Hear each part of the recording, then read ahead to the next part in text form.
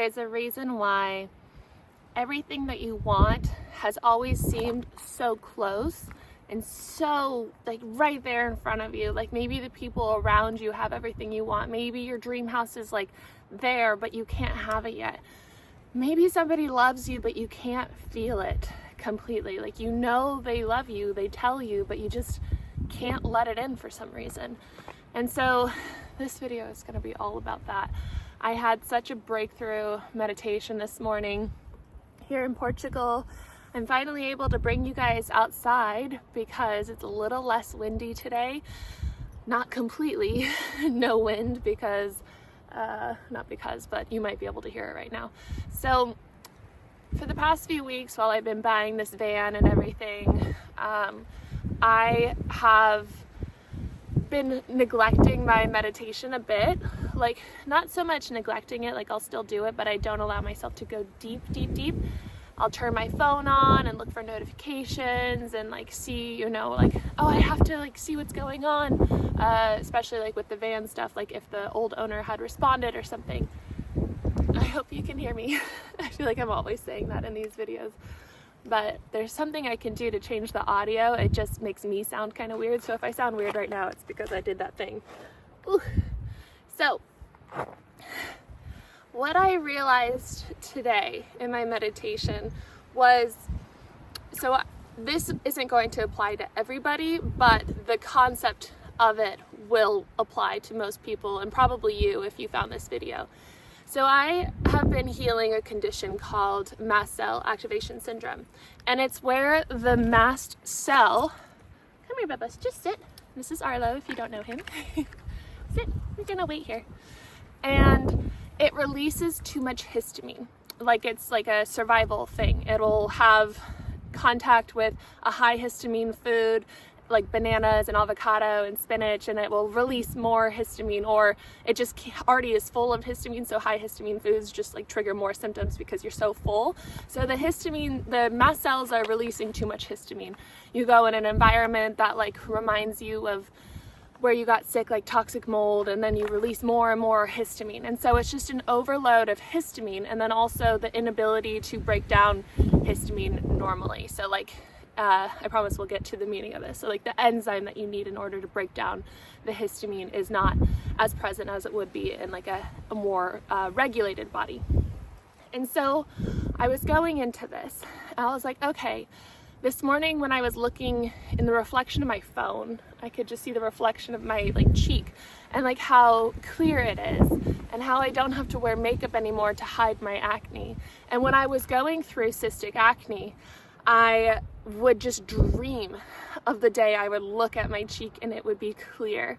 And so I was looking, I was like, I hope I never forget how wonderful it is to have arrived at this timeline where this is my reality now. And so then I was like, okay, this is possible for all things, like for everything, including my mast cell condition. And the way that I healed acne was through different things, through getting out of toxicity and whatnot, but realizing that it wasn't just environmental toxicity. It was, trying to get comfortable here. It was also removing toxic people from my life. It was like when I went through my breakup, I finally no longer had the acne. And when I let go of like toxic friendships and jobs and everything, then I no longer had this physical manifestation of that. So I was like, what is the physical manifestation of this mast cell condition? Well, it's releasing all these alerts, like everything, just like trying, like sending out all of this histamine, you know? And it was like, oh, okay, that makes a lot of sense. Like my whole life I've been like trying to like try so hard, right? My parents did their absolute best. I love them. I have a good relationship with both of them. But my dad's an Olympic athlete, Olympian. My mom is a serious runner, or she was before she tore or ruined all the cartilage in her knee from it. She won the Boston Marathon for her age category. So they're super athletes. And so I naturally, don't do that, don't dig. I naturally was associating my worth when I was younger to my performance. And so many of us can relate to that, whether it's with athletics or academics or whatever. And so I felt like, even though I didn't want to be a runner, but I was good at it, like I had to do it because my mom wanted me to do it. She saw the potential in me. Her intentions were good. But I felt like from that, I learned that I always have to like put out, even though when I'm not like sexually, but when I realized that, I was like, okay, like I was exhausted and I just wanted to be, but that didn't feel like enough. And then I created a life from that, like where just being me and being like, you know, not a super athlete, not a super this and that, like employee and all this stuff. If I am just okay with who I am, the qualities of who I am, who my soul has embodied in this life, like if I can just accept that, that's where true happiness is. And so we're often trying to put out this idea of ourselves. We're trying to like make other people accept us for these things about us. But if we are not fully accepting the truth of who we are, and we're trying to be something else, then we're putting out something else. So then I saw Aubrey Marcus talking about this yesterday. There's then like this projection around us of like the things that make us worthy, right? That in our head. And so the way that we're accepting love is like people are loving us for those things. But that means that the love never actually reaches us. It's like right here. It's so close, but it's, no, stop eating rocks. No, no more. No. It's never actually reaching us. And so love and abundance are the truth of who we are. They are like our essence. And so that's the same thing with abundance too. If we're always trying to be something that we're not, then the abundance that we desire can never truly reach us. We always think that we have to do more, be more, all this stuff in order to receive more.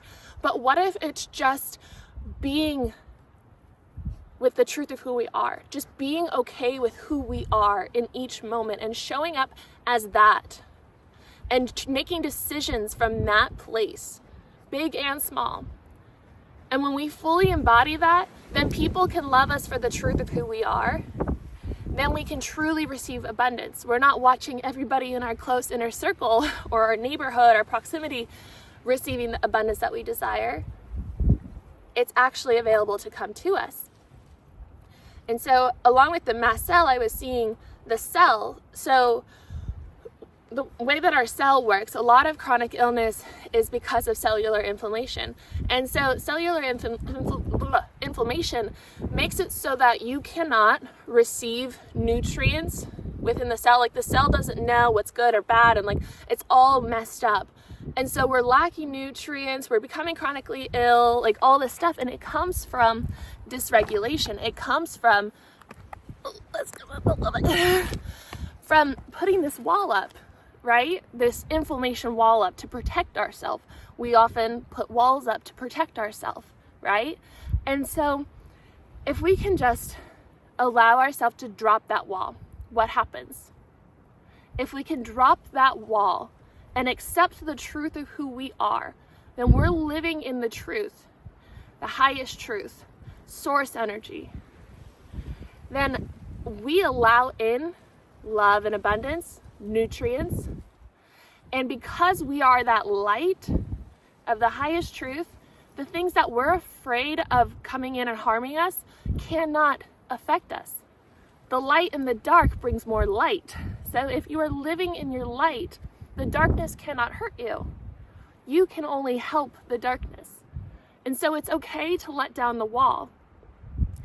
It's okay to stop putting out all this energy, trying to be, just like the histamine, right? It's okay to just be in your center and to accept all of that you are. So drop your wall, potentially, if it feels safe, if you can get to that place.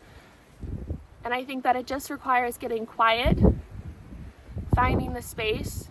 When I was having this meditation this morning, there was a part of me that kept saying, you gotta go do something, you gotta go be productive, you gotta go. And I was like, not today. Not today. If I need to sit here from 9 a.m. to 9 p.m., I allow myself that. Maybe we don't have the luxury to do that every day, but whatever it is, maybe it's a Sunday, Saturday, or maybe all you need is just a few hours, but it ends up just being a few minutes. But saying if it takes longer, that's okay, because I am worth that. There's nothing else more important than this. Because once you are able to do this, to accept the truth of who you are and to stop trying to be something that you are not, you will be able to feel love and receive abundance. For so long and so many years, I was wondering, like, why am I around people who love me, but I feel exhausted? And I don't think it's being introverted. Sometimes you're introverted, but like when we think, oh, it's so hard to get comfortable here. I don't want to like sit on the ants, but also it kind of is hard to sit on my tippy toes for too long. So some of us are introverted extroverts, right? And then I kind of had an aha moment with that today too. I was like, maybe I'm not like really an introverted extrovert. Maybe I'm exhausted being around people sometimes because I keep trying to be something that I'm not. I keep trying to be smarter, funnier, whatever it is, you know? It doesn't even matter if you're just, it can be so subtle, right? Because we learned that we have to be more than we are in order to be enough. But the people who want to love you want to love you. And when you make that little shift, the love hits. And then it's not so exhausting, because it's exhausting trying to be something that you're not. But then, as soon as that shift happens and you start engaging with the people who love you, you are charged up, because that love hits you and then your love goes out, and it's just like, then your whole life changes. So that's the message. That's what came through today. And that was my big aha. And I was also told, like, you have to go outside and deliver this message in nature in this exact spot. And so I kind of got lost on my way here, but then I arrived, which is beautiful. And I also have had my phone on airplane mode all day, because I was like, I just need to, there's a thing where when I get divine guidance, I like kind of forget it throughout my day. And I think that's because like we so often go unconscious. We're checking social media, doing our to-do list. And my mom and I will talk in the evening. She'll be like, what'd you get in your meditation today? I'll be like, I have no idea. And then we'll drop in, and then it all comes back, right? And so today I was like, this is so profound that I don't want to lose it. And so I wrote it down as well. But I was like, I want to stay in this. And in general, I also am making it more of a point too, like how I was saying this morning, like I really wanted to like get a deep meditation instead of this like habit that I've been in for the past couple of weeks of all the moving and everything and all the change. I wanted to allow the space to drop in and to not go unconscious in the cell phone world and to allow myself the space and the time to get clear and centered and have this incredible download. So I hope that this one landed with you. If you're still here, please give this a thumbs up. Subscribe if you're new here. Leave a comment if you have anything that you would like to add or share, or any kind of experience that you had with the video. And I will, thanks Arlo, you're so sweet. I'll see you in tomorrow's video. Tomorrow I'm leaving this beautiful campsite that I've been in. Not here, I hiked here, but the one that I've been in. And that's another little thing I'll just add. So when I was living on the boat in Mexico, I was working on a yacht. I kept joking with my shipmate, my coworker, and I was like, oh, I need to buy a dress for the festival. And I don't even know what I was saying, but he's like, what festival? I was like, I don't know, like when we get to the next port, like I hope that there's a festival, and I just want to have like a cute outfit for the festival, because that was like the exciting part of this life, was we would go to a new port, a new part of Mexico, we wouldn't know what it's like, and I was like, I hope there's a festival. And I don't know, the chicken or the egg, but we got there and there was a month-long festival every night. And so that was like a funny little manifestation. And then here, you know, if you've been following, I keep saying I want to find the like-minded individuals. Well, I randomly, the other day, if you watch that vlog, I get to a campsite, it's beautiful, but nobody's there, and I was like, heart, what should I do? Then my heart, my guides were like, you got to go to the next place that you picked. There's going to be like-minded individuals. And I get here and it's like yoga central, spiritual people, organic food, vegan stuff, like, and people come here for months out of the year, and it's like a community. And I've made friends, and I'm like, wow, this is incredible. This is exactly what I've been saying that I want. And it's not like I looked up like-minded individuals on Google in a campsite for vans. I just randomly clicked it. And so when you choose what you want and you just start moving towards it and allow yourself to have it and just follow the urges, those inner guidance, things that you feel, and tap in, whether you really ask for guidance or you're just like, this feels good, this doesn't feel good, and you follow it, you're gonna get to exactly where you want to get to. So that's the last part that I was going to share. I'll see you tomorrow. Bye.